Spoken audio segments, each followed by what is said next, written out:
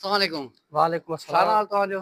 मुंहिंजो नालो अब्दुल अहद, मां पाण जूनियर एडवोकेट पुट अब्दुल ख़ालिक ज़ात जो आहियां। जीअं त असांजो अॼु इहो मुतालबो इहो ई आहे ऐं प्रेस कॉन्फ्रेंस जो मक़सदु इहो ई आहे त जीअं कल्ह भाऊ तव्हां उन्हनि जी असांजे मुख़ालिफ़ धुर जी तव्हां उन्हनि जो शांति बयानु बिरादरी। शांति बिरादरी जी तव्हां उन्हनि जो बयानु रिकॉर्ड करे आया हुयो। वॾी महिरबानी आहे ऐं वॾी असांखे वेलकम था चऊं, तव्हांखे असांखे भलीकार चऊं था जो तव्हां असांजे पेर लड़ी करे आया ऐं असांजो बि मौक़ुफ़ ॿुधण लाइ असांखे टाइम ॾिनो। जीअं त ही जहिड़ो जोया बिरादरी ऐं छांच बिरादरी जे विच में 2021 खां वठी हलंदड़ तकरार आहे।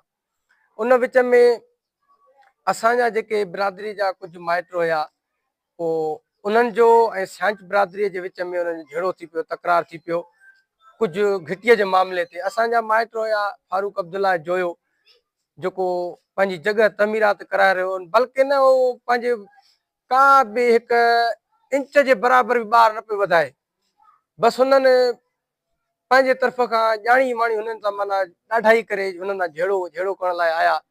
पोइ उतां उन विच में हेॾां असांजे माइटनि जो छोकिरो बि ज़ख़्मी थी पियो, उनखे बि गोली लॻी ऐं उहो बि हिन वक़्तु उहो बि उनजी बि फोतगी थी वई ऐं हुननि जे तरफ़ खां बि हिकिड़ो खून थी पियो। पोइ उन विच में इहो तकरार हलंदे हलंदे पोइ हुननि जो खून थियो, पहिरियां हुननि जो खून थियो छांच बिरादरीअ जो। पोइ तंहिंजे करे पहिरियां FIR हुननि जी कटी वई। FIR थी, FIR में छांच बिरादरी जो जेको अमीर हुयो सिकंदर छांच, जंहिंजो भाइटियो शहीद थी वियो, पोइ उन ॾे असीं क़ुर पाक खणी वियासीं। असां उन्हनि खे पंहिंजो मौक़ुफ़ ॿुधायोसीं त असां इन झेड़े में मुलस न आहियूं, न ई असांजो इन झेड़े सां को वास्तो आहे। उन बावजूदि सिकंदर अली छांच जो असां वीडियो रिकॉर्ड कयोसीं। उन में सिकंदर अली छांच बिल्कुलु माना वाज़े तौर ते चयो त बिल्कुलु माना मां जांच कई आहे त वाक़ई माना इन झेड़े में तुंहिंजो वालिद अब्दुल ख़ालिक जोयो झेड़े में न आहे, बल्कि मूंखे इन झेड़े FIR में नालो ॾियण जे लाइ अब्दुल फताह वारनि छांच वारनि चयो अब्दुल ख़ालिक जो FIR में नालो ॾियो। पोइ उन जे करे पोइ मुंहिंजो वाल साहब सेंट्रल जेल लाड़काणे में 1 साल सेंट्रल जेल में क़ैद ज़ोरीअ बंदि करायूं। उन खां बाद मुंहिंजे वाल साहब जी अब्दुल ख़ालिक जोए जी नौकरी ख़तमु करायूं। नौकरी ख़तमु करण खां बाद में पोइ मां इंक्वायरी कंडक्ट कराई, क़ुर पाक खणी पंहिंजे भाइरनि सां गॾिजी SSP ऑफिस ॾे DIG ऑफिस ॾे मां चकर काटींदो रहियुसि मुसलसिल। पोइ इंक्वायरी कंडक्ट थियण खां बाद में SSP बंगश हुयो 2021 में।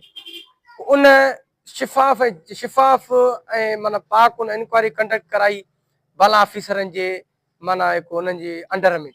पोइ उन्हनि इंक्वायरी कंडक्ट कई, पुछा वुछा कई त वाक़ई माना ही अब्दुल ख़ालिक जो झेड़े में हुयो या न हुयो। पोइ उन्हनि CDR रिपोर्ट बि कढाई SSP साहब जन, बिल्कुलु माना वाज़े तौर ते मुंहिंजो वाल साहब बेगुनाह साबित थियो। उन खां बाद में अलहमदुलिल्लाह मुंहिंजो वाल साहब माना जेल मां निकिरी आयो। उन खां बाद में अलहमदुलिल्लाह शुक्र अलहमदुलिल्लाह अल्लाह असांजी महिरबानी सां नौकरी अलहमदुलिल्लाह उहो ई बहाल थी वई असांजी। ठीक, इहो त इहो झेड़े जो तव्हांजो वालिद साहब हुयो। उन खां बाद जीअं असांजा चङा मुड़ुस थींदा आहिनि, राजूनी मसला हल थींदा आहिनि, इन हवाले सां थियो कोई राजूनी मसलो हल? इन हवाले सां पहिरीं ॻाल्हि त असांजो वालिद पहिरियां हुयो हिकु अकेलो ॼणो हुयो। अॻिला असांखे न सम्झनि पिया, न भाइनि ई न पिया त हिकु मुड़ुस आहिनि या हेको असांखे हिसाब वठी सघंदा। पोइ अलहमदुलिल्लाह उन हवाले सां अलहमदुलिल्लाह हिन वक़्तु शुक्र अलहमदुलिल्लाह हिन वक़्तु 6-7 ॼणा असां जवान आहियूं अलहमदुलिल्लाह पंहिंजे वाल साहब सां गॾु। छो त हिन दौर में कोई बि कंहिंजो न आहे। इन वक़्तु ईंदो आहे, इहो ॾुखियो वक़्तु ईंदो आहे त हर हिकु पंहिंजा परवाह साथ छॾे हलिया वेंदा आहिनि। उन वक़्तु बि असां माना इहो ई माना मुतालबो कयोसीं, इहो ई माना सब्र जो मुज़ाहिरो कयो। हाणे बि सब्र जो मुज़ाहिरो, ईअं न आहे त को असां झेड़े खे वधाइण था चाहियूं। असांजो अॻु में बि सब्र हुयो, हाणे बि सब्र आहे। असां हुननि खे वाज़े तौर ते इहो पैगाम ॾिनोसीं बाबा असांजो हिन वक़्तु सब्र आहे, जेके जेॾी महिल असांखे ताक़त थी असां पंहिंजो हिसाब ताक़त पंहिंजो वठंदासीं। उहो त रब चङा ई कंदो। मुंहिंजे सवाल जो जवाबु उहो ई त इहो राजूनी तरीक़े सां मसलो हल थियो, फैसलो थियो आहे को इन हवाले सां? इन हवाले सां बिल्कुलु फैसलो थियो। कंहिं वटि? इन लियाकत ख़ान रिंद सरदार बि उन्हनि जो ई आहे, छांचनि जो अमीर बि उन्हनि जो ई आहे, असांजो बल्कि जोइन जो सरदार न आहे। कोई बि असां उनखे ई अहमियत ॾियूं था, अॼु बि अहमियत उनखे ई था ॾियूं, सुभाणे बि असां लियाकत ख़ान रिंद खे ई अहमियत ॾींदासीं त जेॾी महिल बि तारीख़ रखे, जहिड़े बि वक़्तु असांजो फ़ैसिलो कराए असां राज़ी आहियूं। ऐं न की असां को माना झेड़े खे वधाइण लाइ असां राज़ी आहियूं। चलो ये तो मुस्तक़बिल आहे उन वक़्तु कुझु फ़ैसिलो कुझु ॻाल्हियूं थियूं या न थियूं मुंहिंजो सवाल जो मक़सदु इहो आहे। उन वक़्तु फ़ैसिलो थियो हुयो जंहिंजो खून थियो हुयो सिकंदर अली छांच जो, उन्हनि खे असांजे माइटनि खून जी रक़म भरे ॾिनी। उन खां बाद में मेन मसइलो हुयो हिननि सां गज़न छांचारनि सां, उहे फ़ैसिले मां उथी भॻा हलिया विया। छो जो हुननि जे मथां फ़ैसिलो पए पियो, जॾहिं सरदार बि हुननि जो, अवाम बि हुननि जो ई, त हो पंहिंजे सरदार खे न मञियो, निकिता हलिया भॼी हलिया विया, त सम्झनि पिया त असांजे मथां हिसाब पए थो, भरण जी ताक़त बि न आहे, उते हलिया विया। चलो ये ॻाल्हियूं थियूं उन खां बाद लास्ट सवाल जेको हुननि कलो के प्रोग्राम में इल्ज़ाम आयो त पुलिस हिन सां आया हुया ऐं जॻह जी विज़िट वग़ैरह करण असां ते हथियार सिधा कया अथऊं असांजे गार गंद कयो अथऊं इन बारे में छा चवणो आहे तव्हांजो? जीअं त कल्ह जे हवाले सां जेको हिननि पंहिंजो मौक़ुफ़ ॾिनो, असांजो इहो ई मौक़ुफ़ आहे वाज़े तौर ते, ऐं शहर वासियुनि खे असां वाज़े तौर ते हक़ीक़त खे तव्हां सम्झो ऐं हक़ीक़त खे ॼाणियो। सॼे शहर खे ख़बर आहे त हिननि जो किरदारु कीअं आहे। जेका बि रते देरे में फुर थींदी आहे, चोरी थींदी आहे, धाड़ो थींदो आहे, अलीगुल छांच जे घर में उन ॾोह जो उन उन ॾोह में उन ॾोह जा पेरा उते लॻंदा आहिनि, उते उन जा पेरा मिलंदा आहिनि अलीगुल छांच जे घर में। उन हवाले सां कल्ह असांजे घर जी छित बि था थियूं, दर दरियूं मुकमल तौर ते कढी विया आहिनि। पोइ असीं रतोदरो थाणे ते एनसी दाख़िल कराए थी। एनसी दाख़िल थियण खां बाद में एएसआई मोहम्मद अली ओढाणो हिकु पुलिस एहलकार उनखे वठी करे पंहिंजी जॻह जी जाइ वारदात ॾेखारण लाइ आयासीं। बाबा जाइ वारदात ॾिसो, हीअ असांजा ज़ुल्म आहे, हीअ असांजा नाहक आहे, मुसलसिल असांजा ज़ुल्म ऐं जबर कयो थो वञे, पोइ बि असां माना सब्र जो मुज़ाहिरो कंदा था हलूं ऐं कानूनी रस्तो था पंहिंजो अपनायूं, न को असां को माना झेड़े खे वधाइण जी कोशिशि था कयूं। उन टाइम छा थियो? उन टाइम जीअं ई एएसआई जाइ वारदात ॾिसी रहियो त असांखे हुननि ॾिठो त ॾिसण सां ई हुननि गार गंद कढियो। गार गंद कढे चई तव्हांखे हीअ तव्हांखे कहिड़ी मजाल थी आहे तव्हां हिते आया आहियो? असां चङनि भलनि खे जीअं असां भॼाए कढियो, तव्हां 4-5 माण्हू तव्हां त असांखे छा कंदव? पोइ उन लिहाज़ उन हवाले सां असां पंहिंजो कूड़ काश न ॻाल्हाईंदासीं, हक़ु वाज़े हूंदो आहे। असांखे पंहिंजा हथियार हुया लाइसेंस वारा, असां पंहिंजे बचाव ख़ातिर हथियार कढियासीं, न को हिकु फायर बि न कयो आहे। पुलिस गवाह आहे, पाड़ो शाहिद आहे, सॼे शहर खे ख़बर आहे असां हिकु बि फेर न कयो आहे। बाक़ी पंहिंजे बचाव ख़ातिर असां पंहिंजा पिस्तल कढियासीं।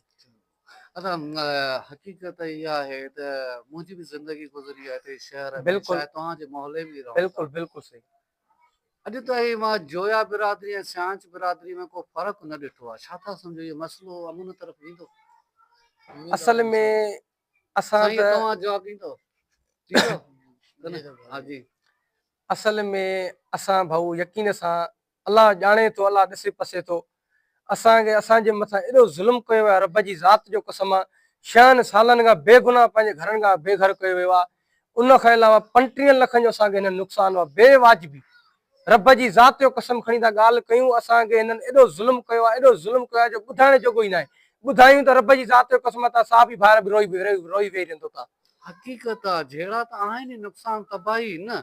हाणे अचूं था त हिकिड़ी बहितरीअ तरफ़ ॾिसो केतिरा बि जहिड़ा थींदा आहिनि, आख़िर को बि राजूनी तरीक़े सां वेहंदा आहियूं। छा तव्हां हीउ जेको सुजाॻी जो प्लेटफॉर्म आहे इन तां तव्हां अहिड़ो पैगाम ॾींदो त तव्हां ॻाल्हियुनि जे लाइ राज़ी आहियो या न?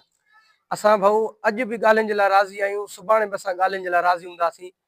ईअं न आहे जो असां माना हिकिड़ी पंहिंजे माना ज़िद कयूं वेठा आहियूं। असां अॼु बि राज़ी आहियूं, हिन वक़्तु बि राज़ी आहियूं। असांजे मेड़ खणी ईंदा, असांजे मेड़ खणी अचनि या कंहिं सरदार जे थ्रू असांखे तारीख़ ॿुधाइनि, असां फ़ैसिले में अचण लाइ तयारु। जेकॾहिं असांजे मथां ॾोह ॾंड पवे असां भरण लाइ तयारु, हुननि जे भरण लाइ हुननि जे मथां ॾंड ॾोह हुननि जे मथां पयल पिया आहिनि, तंहिंजे करे फ़ैसिले में राज़ी ई न आहिनि भाऊ।